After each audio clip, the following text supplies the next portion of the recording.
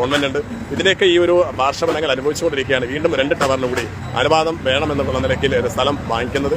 ഇതിനെതിരെയാണ് ഈ ഒരു ജനകീയ കൂട്ടായ്മ സംഘടിപ്പിച്ചുകൊണ്ട് ഇതിലെ വാർഡിലെ കൗൺസിലർമാരും മറ്റുമെല്ലാം എത്തിയത്.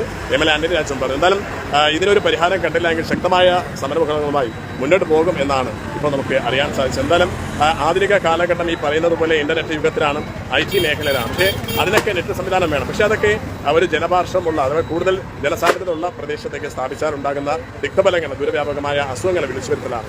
എങ്കിൽ അത് കണ്ടറിഞ്ഞ് വേണം ശാസ്ത്രീയമായി തന്നെ ഇതിനെ നടപ്പിൽ വരുത്താനെന്നാണ് മലയാളത്തിൽ പറയാനുള്ളത്. എന്തായാലും എന്താണ് ഇനി അടുത്ത സർക്കാർ തീരുമാനിക്കുക, ഈ ഉടമസ്ഥാവകാശമുള്ള ആളുകൾ തീരുമാനിക്കുക, ടവർ തീരുമാനിക്കുക, നമുക്ക് കാത്തിരുന്ന് കാണേണ്ടതുണ്ട്.